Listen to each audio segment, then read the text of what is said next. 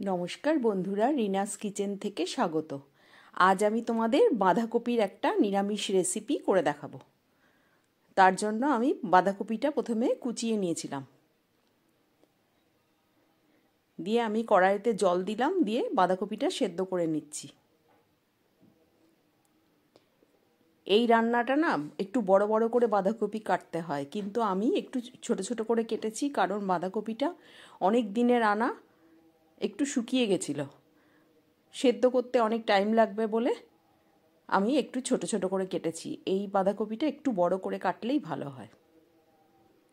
আমি কড়াইয়ের মধ্যে জলের মধ্যে নুন আর হলুদ দিয়ে দিলাম, দিয়ে বাঁধাকপিটাকে আমি একটু ভাপিয়ে নেব। টাটকা কপি হলে একটু বড় সাইজ করে কাটলে বেশি ভালো হয়। এই রেসিপিটির নাম হচ্ছে বাঁধাকপির পাতুরি।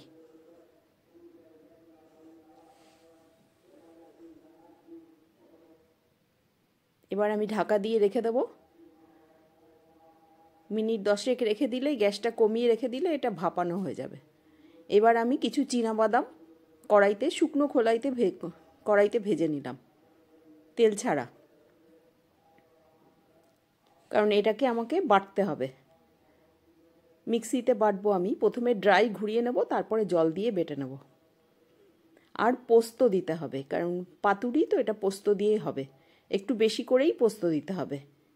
আমি এখানে বড় চামচের 3-4 চামচ মতো পোস্ত দিয়েছিলাম। আগে বাদামটা আমি গুঁড়ো করে নিচ্ছি, তারপরে পেস্ট করব, তারপরে পোস্তটাও শুকনো আগে ঘুরিয়ে নেব, তারপরে জল দিয়ে বাটবো। আমি লঙ্কা একসাথে বাটিনি, লঙ্কাগুলো আমি চিড়ে চিড়ে দিয়ে দেবো। আমার বাদামও বাটা হয়ে গেছে, পোস্তটাও বাটা হয়ে গেছে। এবার বাঁধাকপিটা সেদ্ধ করে আমি জলটা ফেলে দিয়েছি, জল থেকে চেপে তুলে নিয়েছি। আর এই বাদাম পোস্তটা শুকনোই বাটতে হবে, জল দেওয়া চলবে না। আমি একটু কাঁচা তেল দিয়ে এটা মাখিয়ে নেব বাটিতে।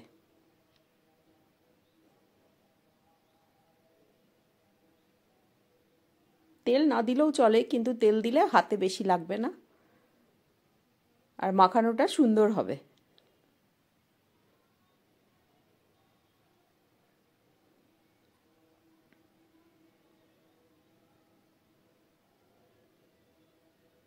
এই রান্নাটা একটু পোস্তটা বেশি লাগে।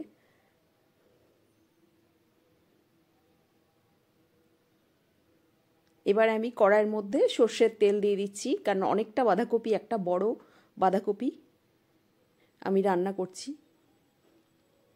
সেই জন্য একটু বেশি করে তেলও দিলাম। 4 চামচ মতো তেল দিলাম, আর কালো জিরে ফোড়ন দিয়ে দিলাম, আর কাঁচা লঙ্কা দিয়ে দেবো 4টে। এই কাঁচা লঙ্কাগুলো আমি চিড়ে দিয়েছি।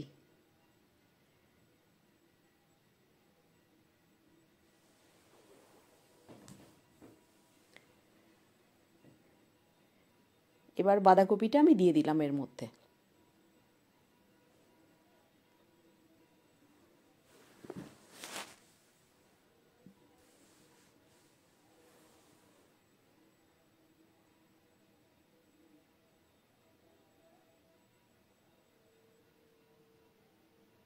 তোমাদের যদি রেসিপিটা ভালো লাগে, আমার চ্যানেলটাকে সাবস্ক্রাইব করো, লাইক ও কমেন্টস করো। এইভাবে ভালো করে কষিয়ে কষিয়ে নিতে হবে, যাতে পোস্তর সঙ্গে বাঁধাকপিটা মাখামাখি হয়ে যায় আর বাদামের সাথে।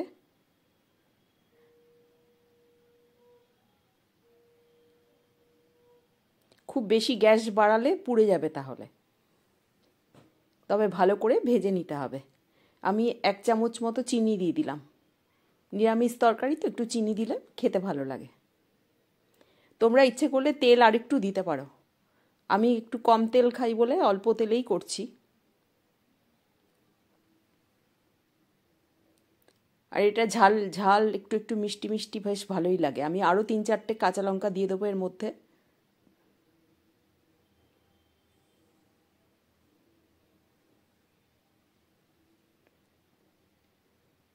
নুন দিলাম পরিমাণ মতো। নুন সেদ্ধতেও দেওয়া হয়েছিল, বাঁধাকপির মধ্যে নুন আছে, সেই জন্য একটু নুন টেস্ট করে দেখলাম, নুনটা কম ছিল বলে আর একটু নুন দিলাম। তোমরা নুনটা টেস্ট করে করে দেখবে।